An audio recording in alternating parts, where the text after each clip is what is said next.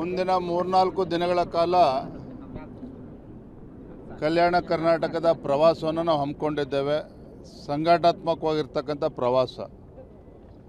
ಇನ್ನು ರಾಜ್ಯಾದ್ಯಂತ SIR ಮತದಾರ ಪಟ್ಟಿಯ ಪರಿಷ್ಕರಣೆ ನಡೀತಾ ಇದೆ ಮತ್ತು ಸಂಘಟನಾತ್ಮಕವಾಗಿರ್ತಕ್ಕಂಥ ವಿಚಾರಗಳು ಎಲ್ಲವನ್ನೂ ಕೂಡ ಚರ್ಚೆ ಮಾಡಬೇಕು ಅಂತೇಳಿ ಬೀದರ್, ಗುಲ್ಬರ್ಗ, ಯಾದಗಿರಿ, ರಾಯಚೂರು, ಕೊಪ್ಪಳ ಈ ಜಿಲ್ಲೆಗಳ ಪ್ರವಾಸವನ್ನು ಹಮ್ಮಿಕೊಂಡಿದ್ದೇವೆ.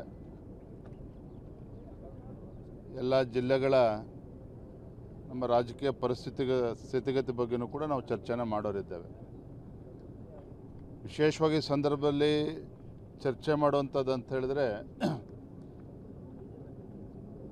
ಬೀದರ್ ಇರ್ಬೋದು, ರಾಯಚೂರು ಇರ್ಬೋದು, ಗುಲ್ಬರ್ಗ, ಯಾದಗಿರಿ ಜಿಲ್ಲೆಗಳಿರ್ಬೋದು.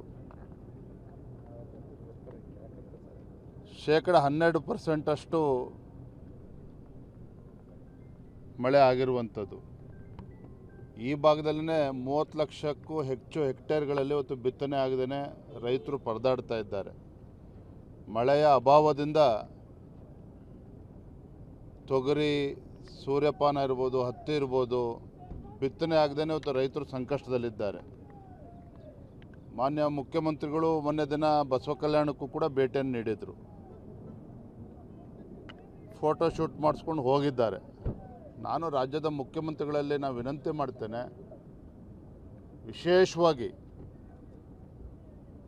ಉತ್ತರ ಕರ್ನಾಟಕದ ರೈತರು, ಕಲ್ಯಾಣ ಕರ್ನಾಟಕದ ರೈತರು ಸಂಕಷ್ಟದಲ್ಲಿರುವಂಥ ಸಂದರ್ಭದಲ್ಲಿ ಕನಿಷ್ಠ 50,000 ರೂಪಾಯಿ ಒಂದು ಎಕರೆಗೆ ಪರಿಹಾರವನ್ನು ನೀಡಬೇಕಾಗ್ತದೆ. ಈ ನಿಟ್ಟಿನಲ್ಲಿ ರಾಜ್ಯ ಸರ್ಕಾರ ತಲೆ ಕೆಡಿಸ್ಕೋಬೇಕು, ರೈತರ ಒಂದು ಸಮಸ್ಯೆಗೆ ಸ್ಪಂದನೆ ಮಾಡುವಂಥ ಕೆಲಸ ಮಾಡಬೇಕು ಅಂತೇಳಿ ನಾನು ಆಗ್ರಹ ಪಡಿಸ್ತೇನೆ. ಮೊನ್ನೆ ಬಸವ ಕಲ್ಯಾಣ ಕೂಡ ಭೇಟಿಯನ್ನು ನೀಡಿದಾಗ ಉಳಿದಿರ್ತಕ್ಕಂಥ ಹಣವನ್ನು ಬಿಡುಗಡೆ ಮಾಡ್ತೇನೆ ಬಸವ ಕಲ್ಯಾಣದ ಅಭಿವೃದ್ಧಿ ದೃಷ್ಟಿಯಿಂದ ಅಂತ ಹೇಳಿದ್ದಾರೆ. ಅನುಭವ ಮಂಟಪಕ್ಕೆ ತಮ್ಮೆಲ್ಲರೂ ಕೂಡ ನೆನಪಿದೆ, ಹಿಂದೆ ಭಾಜಪ ಸರ್ಕಾರ ಇದ್ದಾಗ ಸನ್ಮಾನ್ಯ BS ಯಡಿಯೂರಪ್ಪನವರು ಭಾಳ ಮುತುವರ್ಜಿ ವಹಿಸಿ 100 ಕೋಟಿ ರೂಪಾಯಿಗಳನ್ನು ತತ್ಕ್ಷಣ ಬಿಡುಗಡೆ ಮಾಡಿ, 200 ಕೋಟಿ ರೂಪಾಯಿಗಳನ್ನು ತತ್ಕ್ಷಣ ಬಿಡುಗಡೆ ಮಾಡಿ, ಸುಮಾರು 500 ಕೋಟಿ ರೂಪಾಯಿಯಷ್ಟು ಒಂದು ಪ್ರಾಜೆಕ್ಟ್ ಆಗಿರುವಂಥದ್ದು. ಆದರೆ ಯಾಕೋ ಏನೋ ಕಳೆದ 3 ವರ್ಷದಲ್ಲಿ ರಾಜ್ಯದ ಕಾಂಗ್ರೆಸ್ ಸರ್ಕಾರ ಇದ್ರ ಬಗ್ಗೆ ತಲೆ ಕೆಡಿಸ್ಕೊಳ್ಳಿಲ್ಲ. ಈ ಭಾಗದ ಜನರು ಒತ್ತಾಯ ಮಾಡಿದಾಗಲೂ ಕೂಡ ಅದ್ರ ಬಗ್ಗೆ ಏನು ಚಕಾರವೂ ಕೂಡ ಎತ್ತಿಲ್ಲ. ಅದು ಈಗ ಮಾನ್ಯ ಮುಖ್ಯಮಂತ್ರಿಗಳು ಅದ್ರ ಬಗ್ಗೆ ಚರ್ಚೆ ಮಾಡಿದ್ದಾರೆ.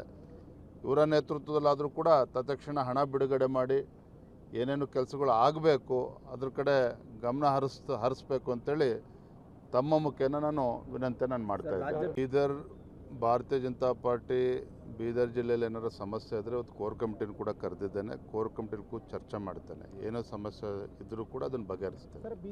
ಇವೆಲ್ಲವೂ ಕೂಡ ನಾವು ಕೋರ್ ಕಮಿಟಿಲಿ ಚರ್ಚೆ ಮಾಡ್ತೇವೆ. ಆ ರೀತಿ ಪ್ರಶ್ನೆನೇ ಇಲ್ಲ. ನಮ್ಮದು ಯಾವುದೇ ಶಾಸಕರು ಕಾಂಗ್ರೆಸ್ ಜೊತೆ ಹೊಂದಾಣಿಕೆ ಮತ್ತೊಂದು ಪ್ರಶ್ನೆ ಇಲ್ಲ.